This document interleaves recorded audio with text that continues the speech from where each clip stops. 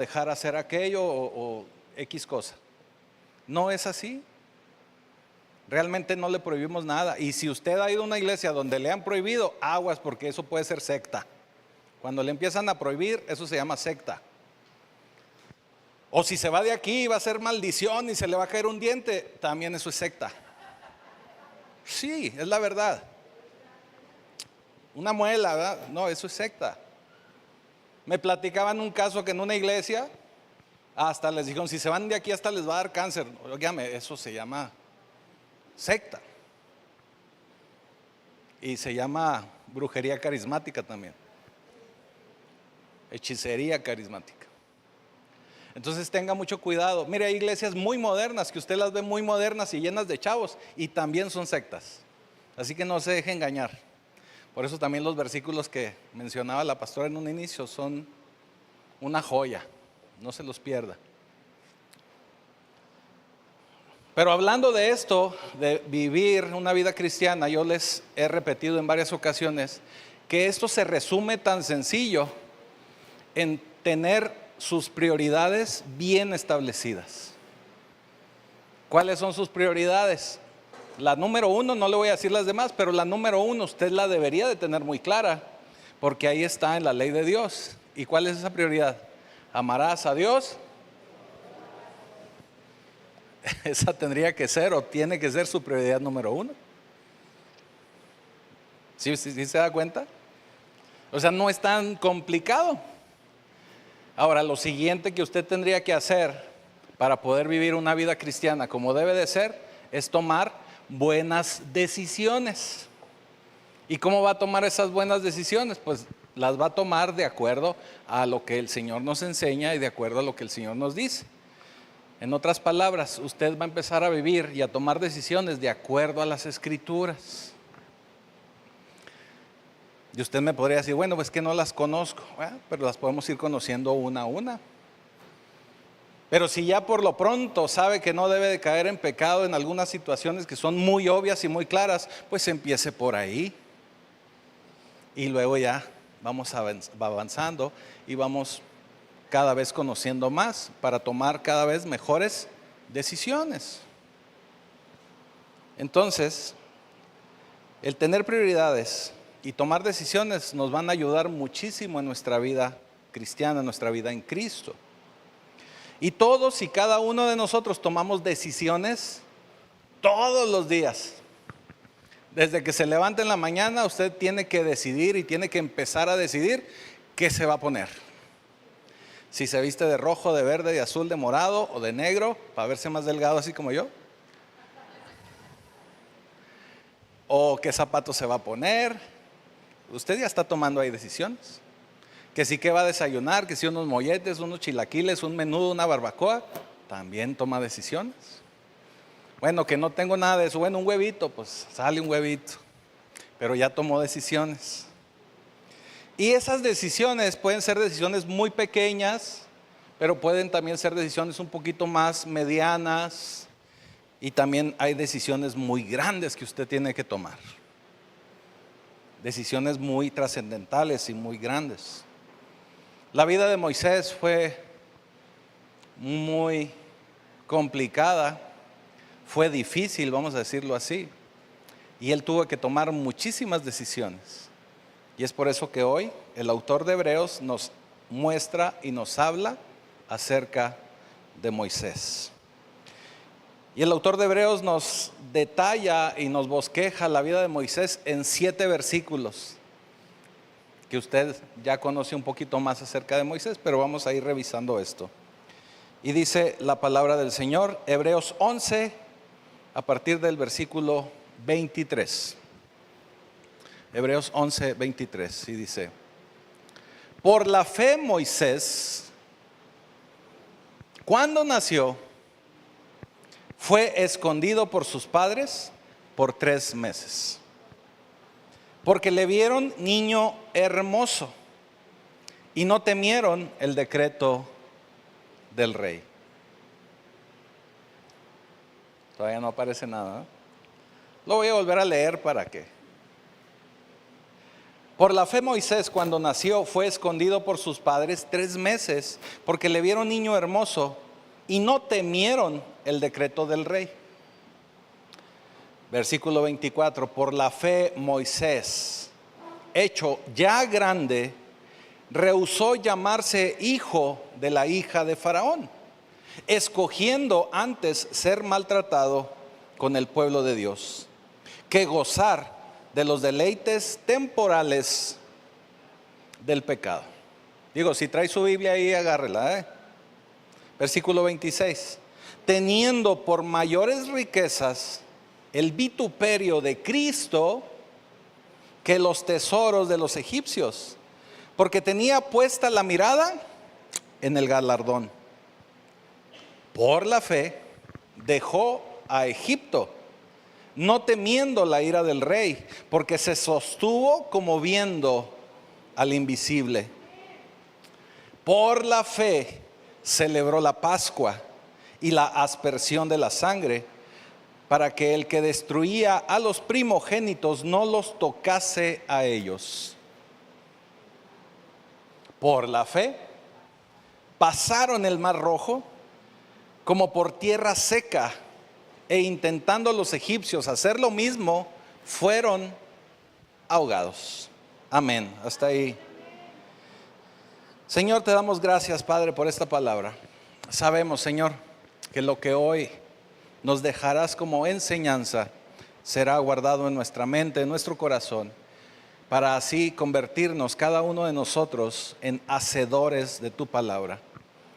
Te damos gracias, Señor, porque en todo sabemos que estás con cada uno de nosotros y nuestra fe sigue creciendo, sigue aumentando, porque la fe viene por el oír y el oír de tu palabra. Así que ya te damos gracias en el poderoso nombre de Jesucristo. Amén. Como le decía, Moisés tuvo que tomar muchas y diversas decisiones. Y podemos ver desde el primer versículo que leímos, que es el versículo 23, que no solo Moisés tuvo que tomar decisiones, sino que también sus papás, los papás de Moisés, también tomaron decisiones. Y también tuvieron que tomar decisiones a la luz de la fe que tenían en el Señor, a la luz de la palabra, podríamos decir.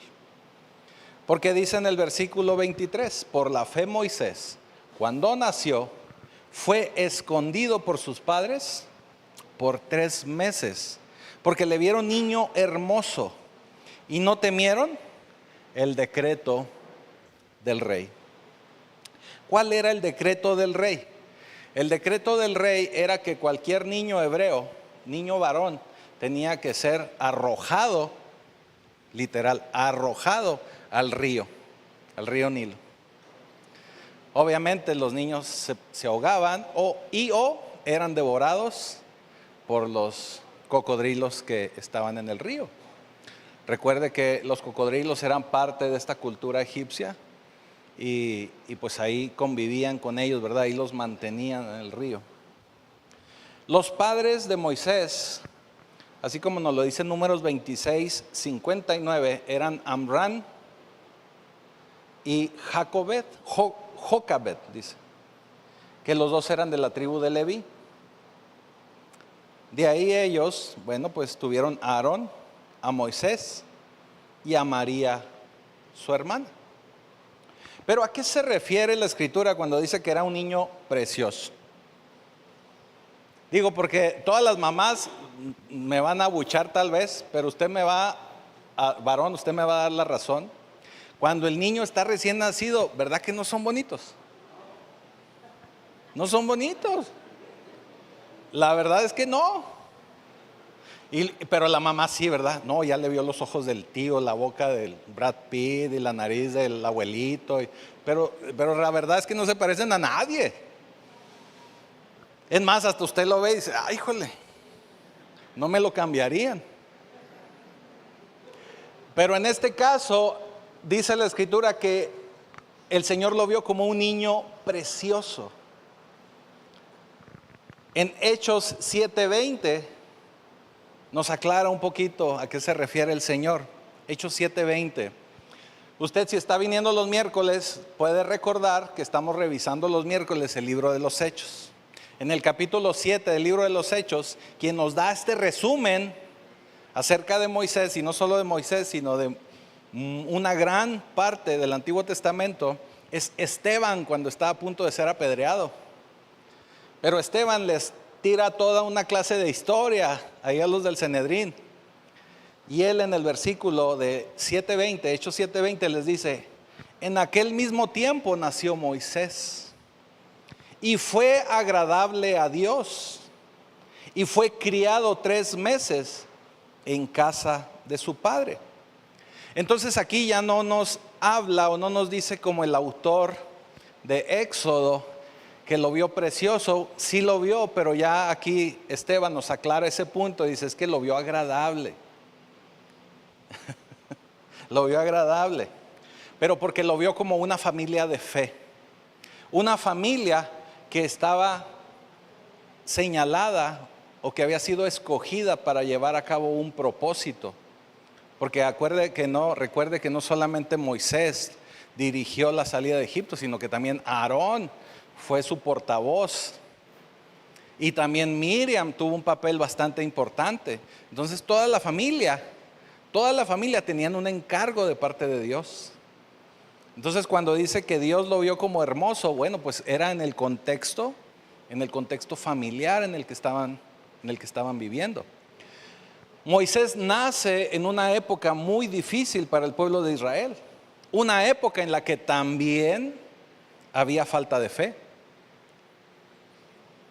Era un lugar secular, en una cultura secular, Egipto, lleno de idolatría, y aún así decidieron que Moisés iba a nacer y lo tuvieron en casa arriesgándose a morir toda la familia por 3 meses.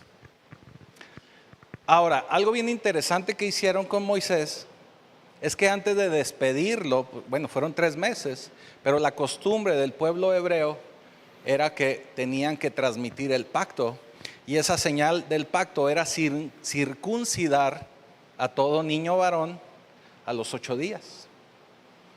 Algo que sucedió también con Moisés. Entonces marcaron su fe. Ya Moisés estaba escogido, Moisés había sido señalado como parte de este pacto que el pueblo de Israel tenía con Dios. Vaya, le dieron lo suficiente para que él pudiera sobrevivir. Por eso es tan importante que nosotros como papás, mamás, podamos transmitir ese pacto, porque no se trata nada más de un conocimiento de Dios, que sepan que hay Dios, que sepan que hay una iglesia y que Jesús nos ama a todos, aleluya, gloria a Dios. No, estamos transmitiendo una bendición, estamos transmitiendo un pacto, y así es como lo tenemos nosotros que ver de esa manera. Así que usted sabe la historia, lo pusieron en una canasta.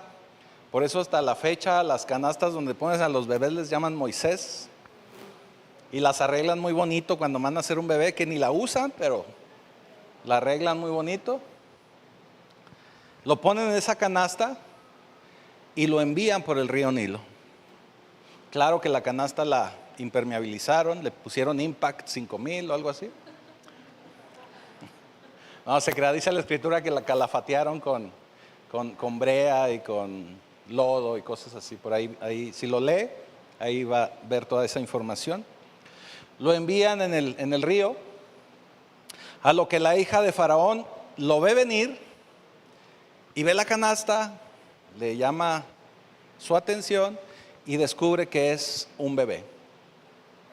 Cuando lo toma en sus brazos y lo descubre a este bebé, inmediatamente ella, hija de Faraón, se da cuenta que era un hijo de hebreos. ¿Cómo cree que supo? Porque lo vio güerito y narizón, ¿no? Pues porque lo vio circuncidado. Ahorita acabábamos de hablar de esa parte. Entonces lo vio circuncidado y dijo, este es hijo de hebreos. Así que la historia ya usted la conoce, usted la puede leer en el libro de Éxodo.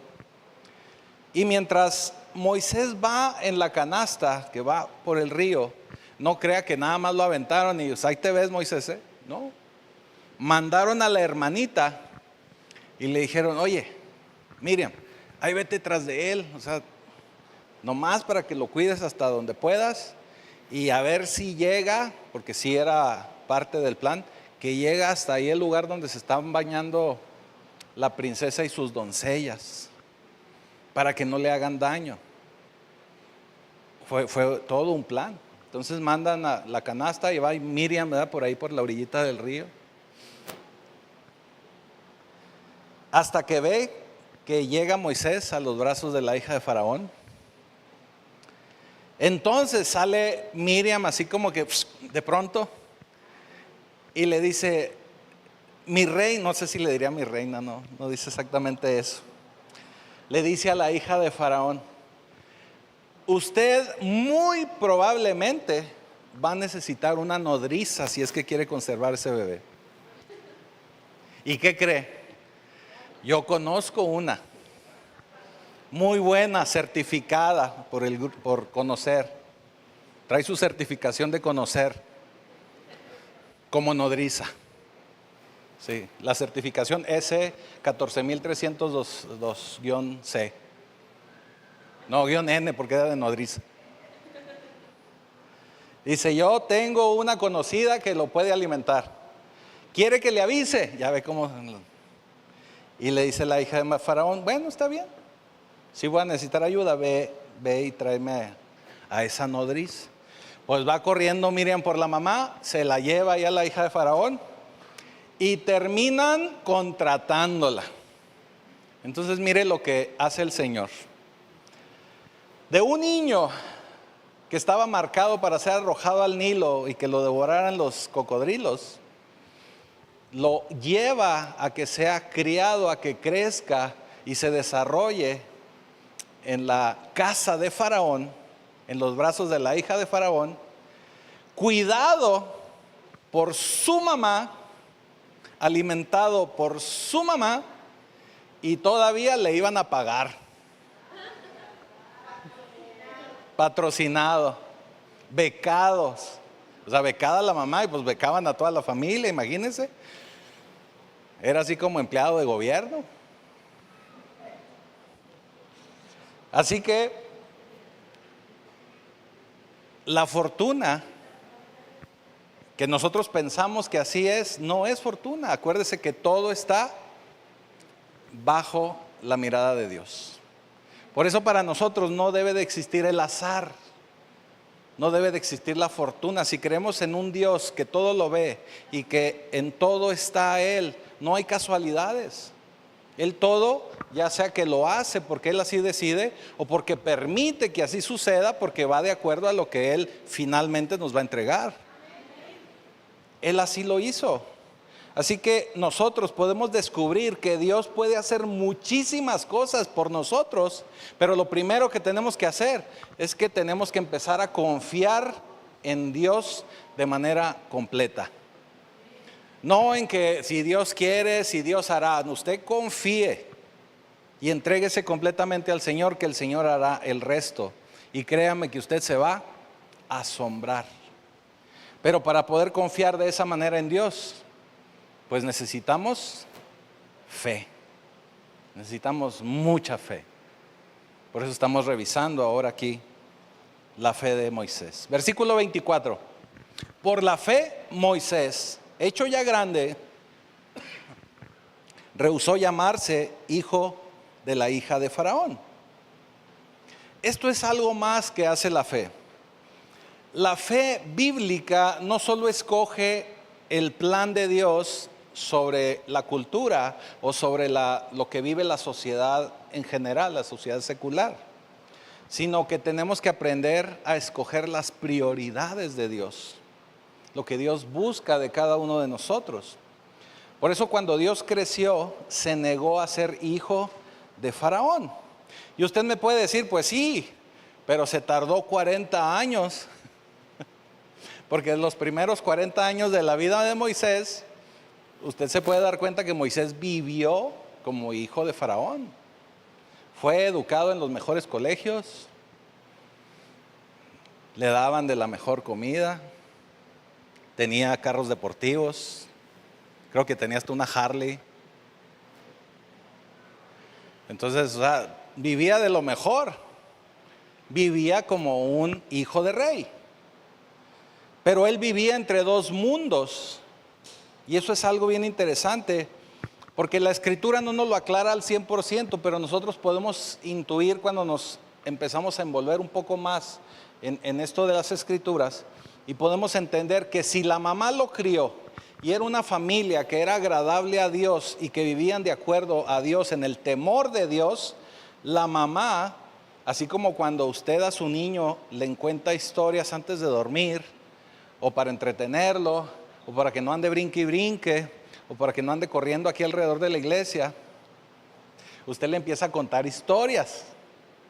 Entonces muy probablemente le contaba, la mamá le contaba historias a Moisés y le decía: tú eres hijo de Dios, tú perteneces al pueblo de Dios, a un pueblo que tenemos pacto con este Dios. No eres egipcio, tienes pacto con el Dios de Abraham, de Isaac y de Jacob. O sea, él empezó a recibir de Dios desde pequeño, desde bebé, porque su mamá fue su nodriza, fue quien lo cuidaba, fue quien lo atendía. La mamá ya andaba en el club deportivo haciendo yoga, pilates y todo eso, y quien la cuidaba era la mamá biológica. Sí, no, pues era hija de Faraón. Mientras que la hija de Faraón también tal vez al convivir con él le decía: mira, tú eres aquí el número uno, todo lo que tú necesites y desees, tú nomás pídemelo. Si quieres que te cambie tu iPhone por el más nuevo, tú dime, yo te lo cambio. Tú eres el heredero. ¿Quieres unos tenis de esos del licenciado Valeriano? También te compro unos. Esos de Louis Vuitton, ¿verdad? Creo que es licenciado Valeriano aquí en México. Tú eres muy listo, tú eres muy rico, eres el más popular, saliste en la portada de la revista People, ¿o cuál? Forbes. O sea, eres el number one. Entonces, imagine, si de un lado le decían: tú eres hijo de Dios, vivimos en este pacto con el Señor, pero por el otro lado le decían: oye, no hombre, tú puedes hacer lo que quieras, y puedes hacer lo que sea. Eso que te dicen allá, lo que dicen los hebreos que andan ahí en la calle, eso ya pasó de moda. Tú vive tu vida. Vida solo hay una. ¿Verdad que así nos ataca el mundo secular? Entonces, por eso Moisés pues decía: bueno, sí soy o no soy. Por eso se tardó 40 años, asumimos que por eso se tardó 40 años en tomar una decisión. Pero fue hasta que el Señor lo acorrala y él intenta defender al pueblo, y en ese intento pues comete un error. Porque normalmente eso nos pasa a todos, y nos pasa a todos los que confiamos en el Señor, que luego nos desesperamos y por querer hacer las cosas por nuestras propias fuerzas terminamos viviendo y actuando en la carne, en la vil carnota, y no dejamos que Dios actúe ni que se lleve a cabo el plan que Dios tiene para nosotros. Versículo 25, por eso dice: escogiendo antes ser maltratado con el pueblo de Dios que gozar los deleites temporales del pecado. Son los dos mundos en los que estaba viviendo. Y él pensaba muy probablemente: no quiero ser reconocido como egipcio, porque yo realmente pertenezco a este pueblo. Ahora seré reconocido como realmente soy. Yo soy hebreo y pertenezco a esta gente. Él ahí tomó una decisión. Por eso le digo que Moisés nos va a ayudar a aprender a tomar decisiones. Ahí Moisés toma una decisión. Sí, tal vez se tardó 40 años, pero tomó esa decisión.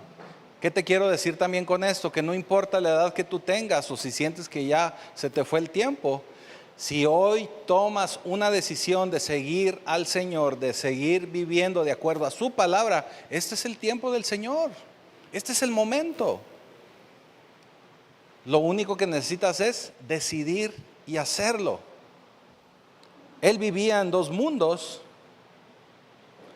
pero tomó una decisión, porque le cimentaron su fe, cimentaron perfectamente su identidad como hijo de Dios, y es por eso que él toma esta decisión. Así que desde ese momento él empieza a vivir de acuerdo a la fe, porque la fe empezó a gobernar sus decisiones. Para nosotros, es como nosotros al tomar una decisión decimos, bueno, me están invitando para hacer esto o aquello, pero como yo soy de Cristo, yo estoy tomando la decisión de mejor hacer esto, o de mejor no ir acá, o de mejor no ir allá. Y mire el ejemplo que les di, creo que la semana pasada también les dijo, o el miércoles, no recuerdo. Es aprender a tomar decisiones. Por ejemplo, si me dicen, oye, vamos a la feria de Santa Rita. Ay, jole, ¿de quién es la feria? Santa Rita. Es como si me dicen en Mazatlán, y también este ejemplo les dije, vamos al carnaval. O sea, ¿qué es? Es una fiesta de la carne.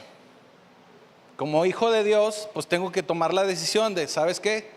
No voy a participar en fiestas a santos, a idolatría ajena a lo que yo creo, y tampoco voy a estar participando en festividades de la carne. Eso, por ponerles un ejemplo así de cómo tomar decisión, ¿verdad? Pero así como eso puede haber muchas cosas. Por ejemplo, si usted es el primer cristiano en su familia y sabe que en la familia, cuando se reúnen, es puro tomar y finalmente terminan peleándose con discordias, con pleitos, con contiendas, mi decisión como cristiano, voy, saludo, que les vaya bien, y les digo voy, saludo, para no vernos de que, ay no, yo no voy, ay qué sangrón, no, voy, saludo, qué bueno, ya los vi, les tomé el pulso, ya vi que ya están haciendo levantamiento de jarra, entonces ahí nos vemos, con permiso, bendiciones, bye, y ya. Pero tomó una decisión. Son decisiones que tenemos que aprender a tomar. Versículo 26. Teniendo por mayores riquezas, y mire aquí qué interesante, teniendo por mayores riquezas el vituperio de Cristo, que los tesoros de los egipcios, porque tenía puesta la mirada en el galardón. ¿A qué me refiero con interesante? Bueno, sabemos que esto lo escribe el autor de Hebreos, pero para el tiempo de Moisés, Moisés todavía no tenía la revelación del Cristo. Pero aún así, él entendía que era mejor sufrir, así como Cristo fue vituperiado, él entendía que mejor era ser reprimido por la sociedad, por los egipcios, que vivir bajo ese yugo, que no era el yugo que él estaba decidiendo vivir. A eso se refiere. Se sostuvo como viendo al invisible, por eso dice. Él consideró lo positivo y lo negativo, los pros y los contras. Porque mire, usted no me va a dejar mentir, pero el pecado es bien divertido. ¿Es en serio? Pero no porque sea divertido lo vamos a hacer. No porque todos lo hagan lo vamos a hacer. Como nos decían nuestras mamases, ¿verdad? No sé si todavía lo hagan. Si todos se tiran de la azotea del edificio, ¿tú también? Pues no, la verdad es que no. La verdad es que no. Por eso esas son las decisiones que tenemos que aprender a tomar. Son esas pequeñas decisiones y que a veces se convierten en decisiones muy grandes. Así que cualquiera que esté pecando, pues yo sé que le va a parecer muy divertido, pero no deja de ser pecado. Entonces lo primero que tenemos que hacer es dejar atrás el pecado. Por eso cuando venimos a Cristo, lo primero que tenemos que hacer es, Señor, perdóname. Arrepentirnos. Y el verdadero arrepentimiento es cambiar de dirección, no únicamente algo emocional. Ay, cómo me duele, cómo me duele. Hay corito de eso, cómo me duele, No, no es eso. Mire si han oído ese salmo, ¿eh? No es emocional, es el verdaderamente dejar de hacer las cosas, cambiar de dirección inmediatamente. Por eso la escritura es muy clara cuando dice: si tu ojo te es ocasión de pecar, sácalo. Si tu mano te es ocasión de pecar, córtala. Y no quiere decir que usted ande tuerto y manco, sino se refiere que hay pecados que usted tiene que cortar de tajo. Es como cuando hay un marido golpeador, que yo sé que aquí no hay, por eso lo voy a decir así con todas sus letras. El marido dice: no, ya hoy conocí a Cristo, entonces mi amor, hoy nada más te voy a dar una cachetada, un jalón de pelos y a lo mejor una patada, nomás para no quedarme así con... No, si usted verdaderamente se arrepiente, lo deja de hacer en ese momento. En ese momento. No tiene que ir poco a poco. Hay pecados que si su salud está en juego, pues a lo mejor va a necesitar ayuda y va a tener que recurrir a algún experto en la salud o cosas así. Pero hay otros muchos que tiene que dejar de tajo. Ahora déjeme le digo algo: hay muchísimas adicciones y hay muchísimos pecados emocionales. Todo eso también lo tenemos que cortar de tajo. Y va a ser bien difícil, créame que va a ser bien difícil, pero lo tenemos que hacer. Moisés tomó una decisión y sabía que ser hijo de Faraón pues era muy divertido, pero él estaba decidiendo pasarse al lado de los hebreos. Y obviamente se estaba arriesgando a ser tratado como los hebreos. ¿Y por qué tomó esta decisión? Pues tomó esta decisión por el galardón, dice la escritura, por el premio que iba a recibir, que es un premio mucho mejor y mayor que el que podía recibir de Egipto. Mucho mejor y mayor. Y muy probablemente todos estamos pensando en que nuestro galardón es el cielo. Y sí, de alguna manera es nuestra recompensa. Pero Moisés estaba pensando en algo más que eso. Estaba pensando en mucho más que eso.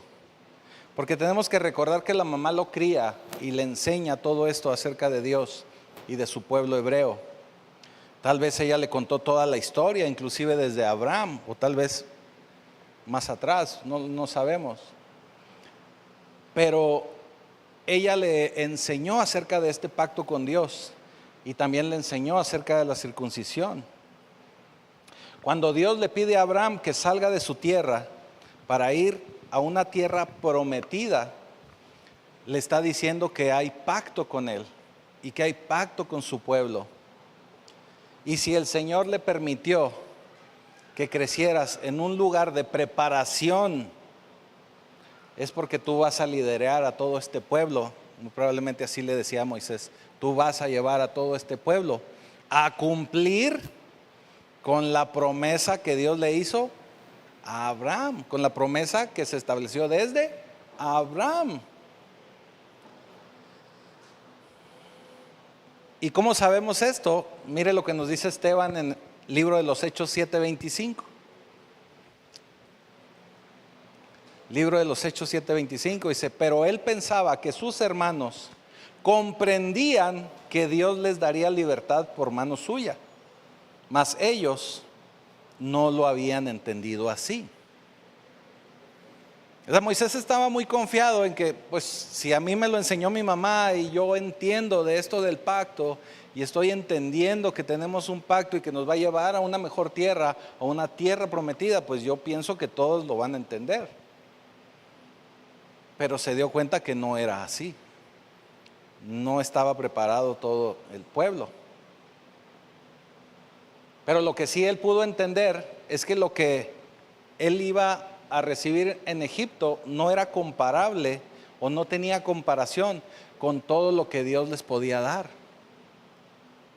Lo que nos da Dios es mucho mejor y mayor, hermanos. Mucho mejor y mayor. Y muy probablemente hay alguno o alguna que esté enamorada del mundo No lo sé. Pero créeme que si permanecemos enamorados del mundo, nos vamos a perder lo que el Señor tiene preparado para ti. Y lo que el Señor tiene preparado para nosotros es mucho mejor y mucho mayor, de verdad se lo digo.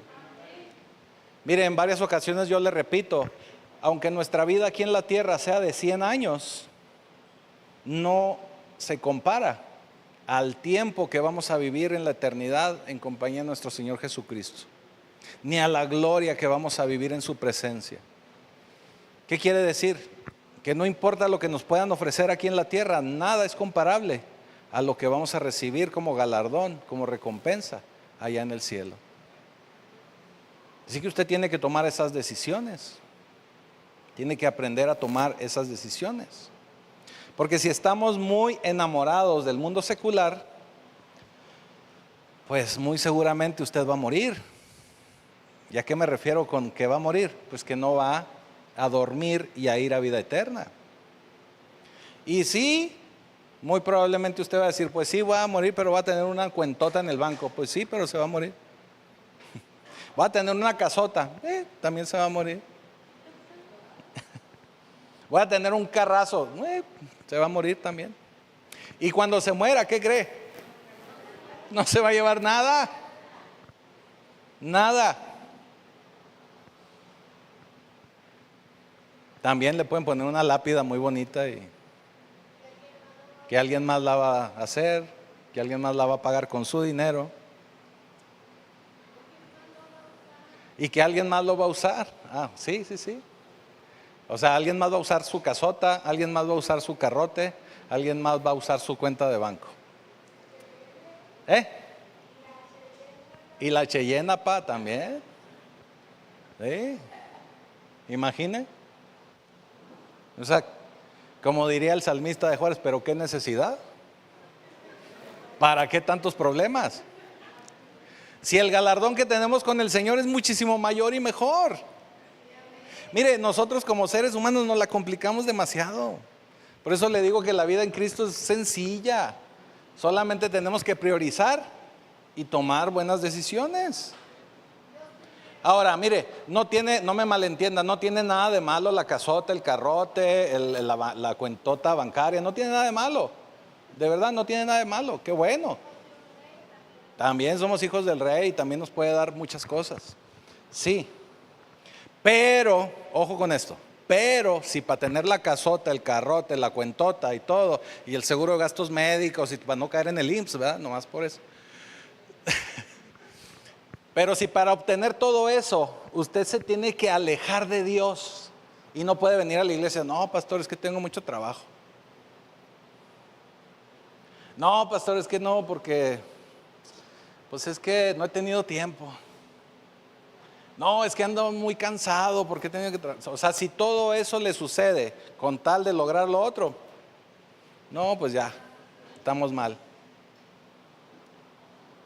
Porque en cuanto empezamos a sentir que somos suficientes, nos olvidamos de Dios.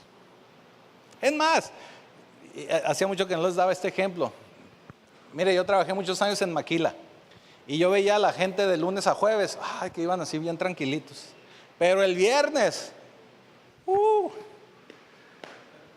¿verdad? Descendía el águila, aterrizaba el águila.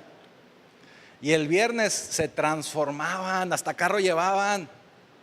El que les prestó el tío, el LTD allá de 1989, que nomás le echaban gasolina un día a la semana porque era bien gastón. Pero ese día, cinto piteado, botas piteadas, sombrero vaquero.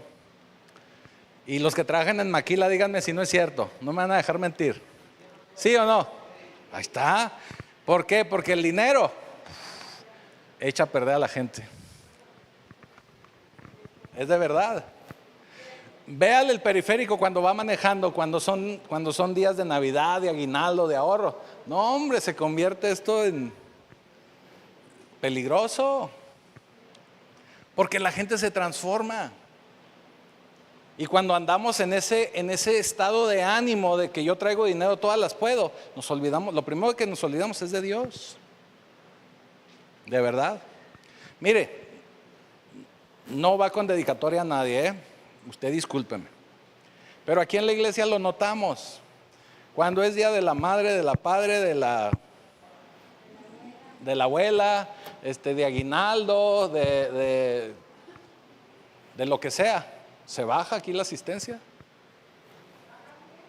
Se baja la asistencia aquí a la iglesia.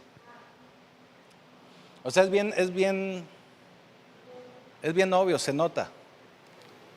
Entonces tenemos que aprender a tomar buenas decisiones.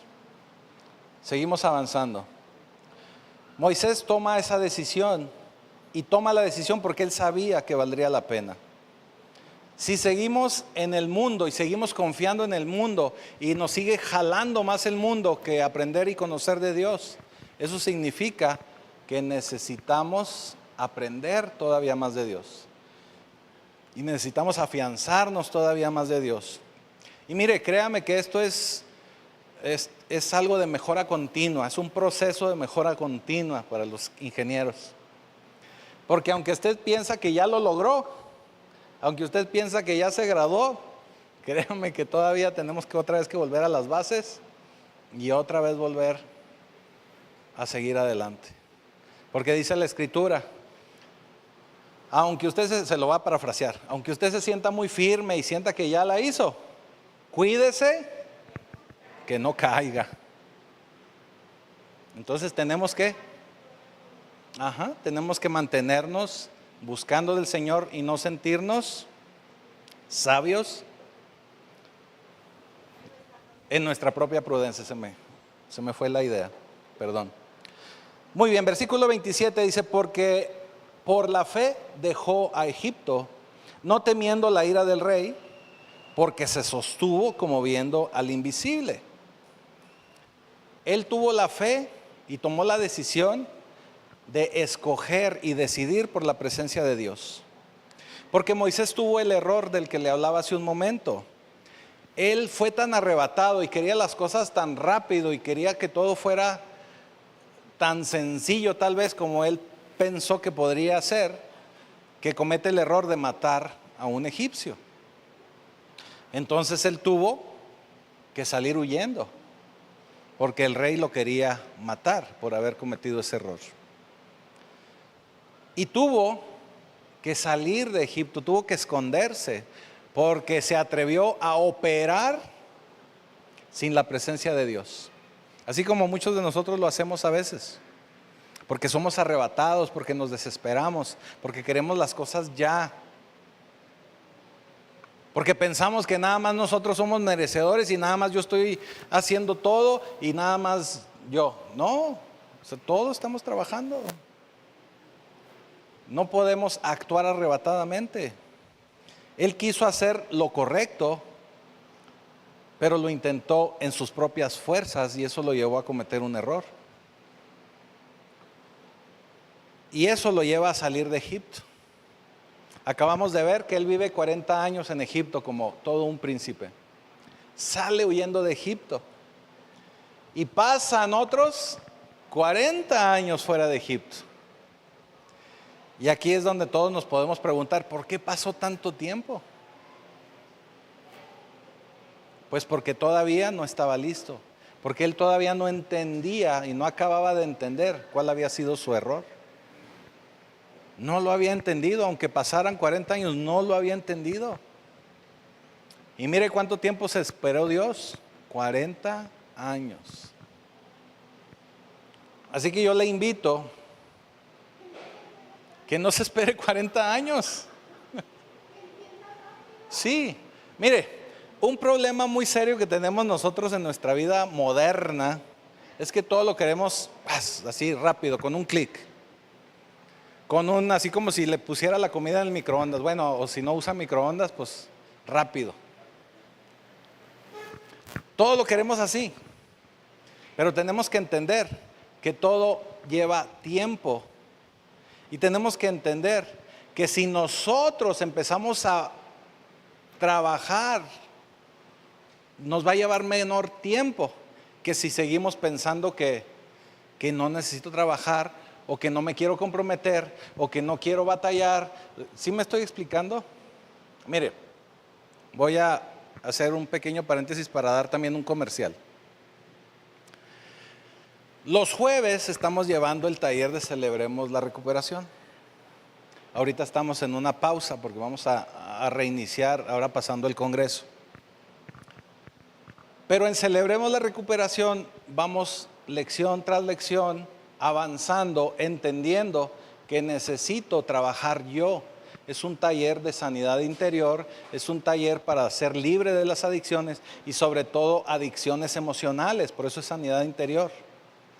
Pero cuando ya se trata de trabajar en mí y que me doy cuenta que acabo de descubrir una astillita y que duele, o acabo de descubrir que no soy constante porque me da flojera y no quiero venir, o porque me da sueño, o porque llego cansado, ¿sí me estoy explicando?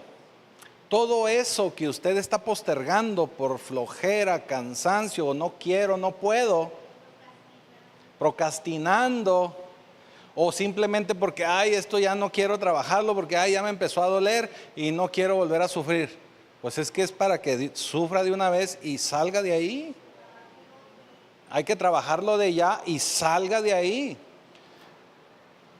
Y pasa mucho, y bueno, pasó en este último taller que lo llevamos. Empezamos cerca de 35 personas. ¿Sabe cuántas personas lo terminaron? Como 6 personas. Porque se nos van quedando en el camino. Porque requiere compromiso, requiere constancia y requiere trabajo. Y eso es en lo que no queremos hacer. Nos han acostumbrado a un evangelio donde creemos que ya Jesucristo hizo todo, que me llegue y hasta tenemos la frase muy hecha, ¿verdad? Si Dios quiere. Y si no he cambiado es porque Dios no ha querido. No, es porque tú no has querido trabajar. Mire, nos llega muchísima gente a consejería, a la pastora y a su servidor. Y nosotros no podemos avanzar si la persona no quiere trabajar. Porque para poder salir de una situación y sobre todo emocional, pues tenemos que confrontar, tenemos a veces que darles libros, a veces tenemos que darles algún tipo de dirección, pero la dirección la tienen ellos que tomar y ellos son los que tienen que caminar. Por eso dice la Escritura que la salvación es personal. O sea, yo no puedo hacer así que por ósmosis o frotación o algo, no se puede. O sea, tenemos que trabajar. Tenemos que hacerlo. Entonces, pero si lo hacemos, créame que usted va a avanzar muchísimo. Mire, de las personas que sí terminaron el taller, yo le puedo decir que se les veía una cara diferente. Y han logrado tener una madurez en el Señor que ya quisiéramos varios. Así lo digo. Porque se propusieron, porque se esforzaron y porque lo trabajaron. Sí, tenemos que esforzarnos. Pero bueno, ya se acabó el comercial. Continuamos. Dura 40 años en Egipto, pasa otros 40 años fuera de Egipto, hasta que, pensaron en te conocí, ¿verdad? Pero eso no. Hasta que se le presenta la zarza ardiente.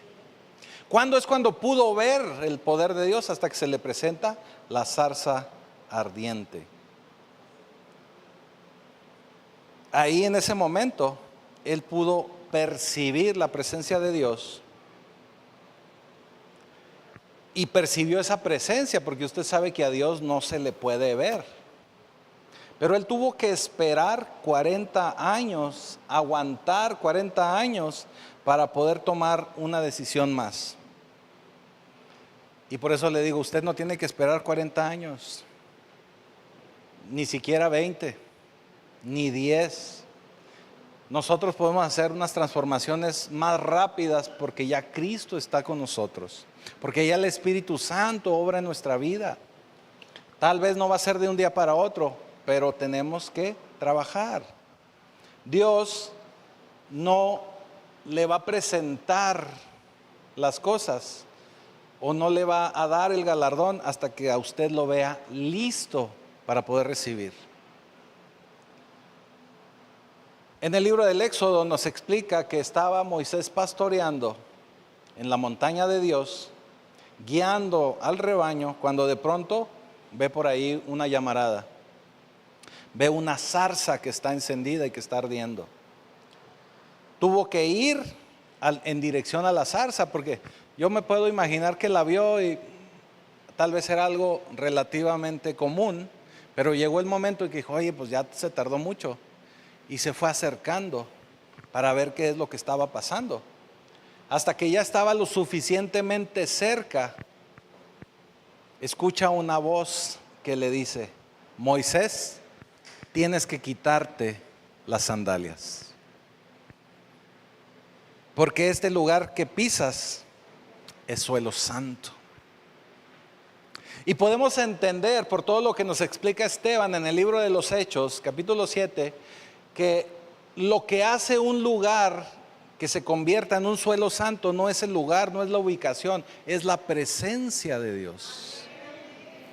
Así que cuando Dios está en presencia en algún lugar o está su presencia en algún lugar, ahí es suelo santo. Y le dice esa voz, quítate las sandalias porque este es suelo santo. Y ahí Moisés recibe una palabra personal, una palabra directa de Dios, con su nombre, con dedicatoria, con amor para Moisés, le dijo el Señor. Palabra directa a Moisés. Así que, déjate digo algo, cuando tú estés listo para Dios, Dios va a hablarte personalmente. Cuando tú estés listo para escuchar a Dios, Dios te va a hablar. Y te va a dar una palabra directa a ti. Te va a dar una palabra para que tú tengas dirección, para que tú salgas tal vez de alguna situación difícil de tu vida. Cuando salgas de alguna situación que tal vez no tiene sentido, pero tú lo vas a entender, porque vas a estar lo suficientemente cercano a Dios que lo vas a poder escuchar. Mucha gente dice, es que no escucho a Dios. Pues es que si Dios está allá en la puerta y yo desde acá Dios te tiene que gritar desde acá, pues no lo vas a oír. Pero si estás aquí enseguida, aquí aunque te susurre, aquí vas a poder escuchar a Dios. ¿Qué quiere decir? Que nosotros somos los que nos tenemos que acercar a Dios. Nosotros somos los que tenemos que lograr esa cercanía con Dios. Dios sigue siendo Dios. Si tú te enojas y pataleas y dices, no, yo ya no voy, ya, pues Dios nomás te va a voltear a ver y va a decir, porque Dios sigue siendo Dios. Dios, y disculpa que lo diga así, no nos necesita. Nosotros somos los que necesitamos a Dios. Él está esperando que nosotros nos acerquemos lo suficiente para poder tener una relación con nosotros. Versículo 28, ya con esto ya vamos cerrando.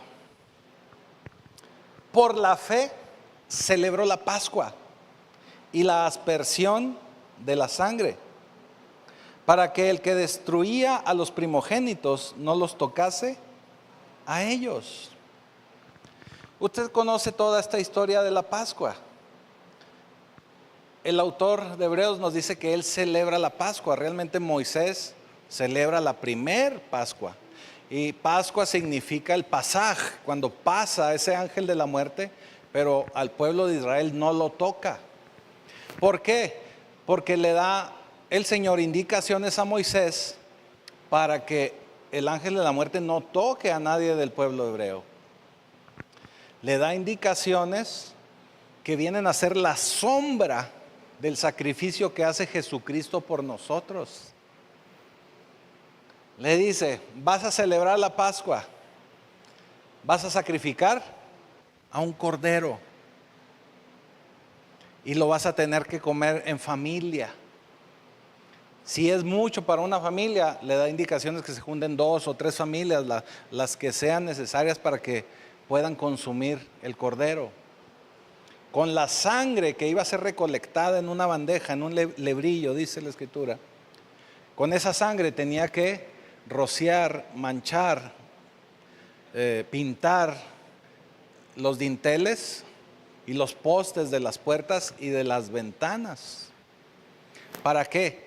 Porque estaba cubriendo su casa con la sangre del Cordero. Por eso le digo que es la sombra de lo que vendría a ser el sacrificio de Cristo para nosotros. Entonces, cuando pasa el ángel de la muerte y que ve la sangre rociada en las ventanas, las puertas, las casas, no llega a esos lugares porque están cubiertos por la sangre. Porque acuérdese, o recuerde, que la paga del pecado es la muerte. Por lo tanto, si ya se pagó el pecado porque estamos cubiertos con esa sangre, hubo muerte, ya no tenemos que morir. Ese es el sacrificio de Cristo. Esa es la Pascua. Es el evento que usted nunca debe de olvidar. Mire, la Pascua debe de ser más importante para usted que la Navidad. Porque en la Navidad estamos celebrando un cumpleaños o recordando un cumpleaños, pero la Pascua es lo que a usted le da salvación. La Pascua es lo que va a evitar que usted vaya a muerte. Usted va a evitar al ángel de la muerte porque usted ya ha sido rociado por la sangre de Cristo. Ya ha sido rociado por esa sangre. Por lo tanto, la muerte no nos va a tocar. Así que, si aceptaste la sangre de Cristo, si en algún momento le dijiste, Señor, o Señor, mi Dios, quiero recibir a Jesucristo como mi Señor, ahí en ese momento estás recibiendo esa sangre. En ese momento estás siendo rociado para que el ángel de la muerte no te toque. Si aceptaste a Cristo, ya tienes listo tu pase, tu pasaporte, tu boleto para ir a la vida eterna. No vas a ver muerte. Por eso el Señor nos enseña este nuevo concepto de que cuando nosotros estamos en Cristo, nosotros no morimos, nosotros dormimos hasta la venida de nuestro Señor. Pero tenemos que aceptar a Cristo como nuestro Señor. Y hay una diferencia bien grande entre aceptarlo como Señor y como Salvador. Porque cuando usted lo acepta como Señor, usted tiene que hacer lo que el Señor le dice. Y hay mucha gente que nada más lo recibe como Salvador y piensan que es así como Superman, un superhéroe, y no le guardan el respeto debido al Dios que tenemos y al tamaño de Dios que tenemos. Un problema muy serio es que le hemos perdido el respeto a Dios. Y si Dios no ve respeto de nuestra parte, Él no se va a mostrar a tu vida. Él está esperando que verdaderamente le muestres respeto. Y si lo seguimos relegando allá a último lugar, tampoco se va a presentar en tu vida. Por eso, la prioridad es Dios sobre todas las cosas. Prioridad 1. Y tenemos que aprender a tomar buenas decisiones. Porque mire, cuando usted empieza a caminar por fe, no le voy a mentir, usted empieza a tomar riesgos. Porque caminar por fe es no tener las cosas por seguro. Si usted ya sabe lo que va a pasar, porque usted ya lo vio, o porque usted tiene el dinero, o porque usted sabe que va a salir de esa situación, eso no es fe. Usted puede platicar de que tuvo mucha fe y que el Señor, pero si usted estaba con la tranquilidad de que el dinero, el presupuesto o algo lo iba a usted a sustentar, eso no es fe. Usted estaba confiando en otra cosa y usted lo puede platicar como que tuvo mucha fe, pero no es fe. Fe es cuando no sabe ni siquiera cómo va a salir de ahí.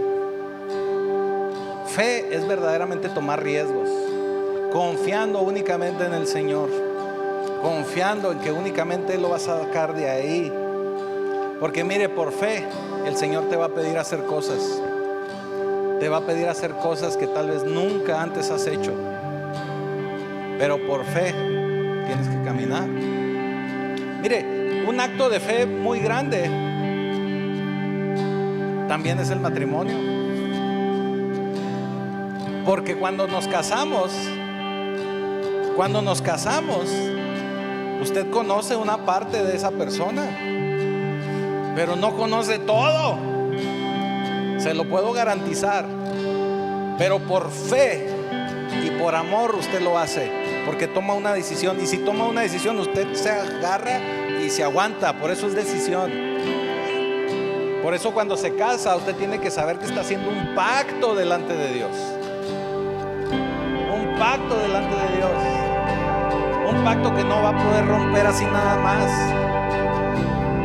Por eso es necesario aguantar y tolerar. Tiene que haber amor, tiene que haber respeto.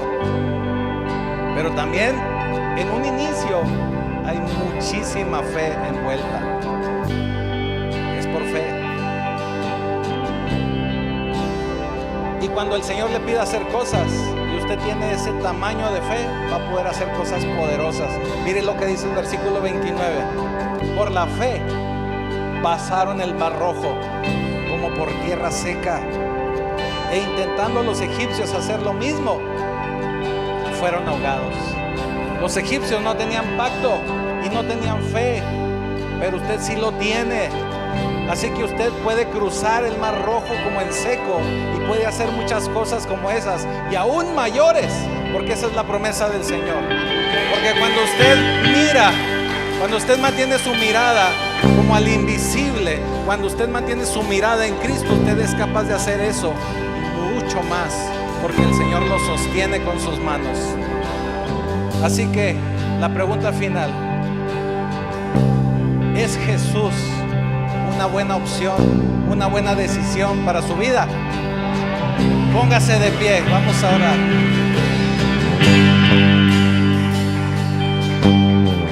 Señor, en esta hora me presento delante de ti como un pecador y quiero pedirte perdón por nuestros pecados. Repítalo si lo siente en su corazón. Quiero pedirte perdón. Y hoy he decidido recibir a Jesucristo tu Hijo como mi Señor. Quiero que escribas, Señor, te quiero pedir que escribas mi nombre en el libro de la vida. Y ya te doy gracias en el poderoso nombre de Jesucristo. Amén. Señor, en esta hora te pido de tu bendición sobre cada uno de tus hijos. Bendícelos, Señor, acércalos más a ti. Permite, Señor, que puedan tener el querer como el hacer, de acercarse, caminar contigo, de poder entender de tu palabra, poder acercarse cada día más, poder tomar buenas decisiones, poder tener sus prioridades en orden, pero sobre todo, Señor, que la prioridad número uno siempre siga siendo tú, porque tú eres quien más nos conviene, porque tú eres quien nos ha dado todo, quien nos da vida eterna. Y te damos ya gracias, Señor, por la vida de cada uno de tus hijos. Los bendigo en tu nombre, en el poderoso nombre de Jesucristo. Amén.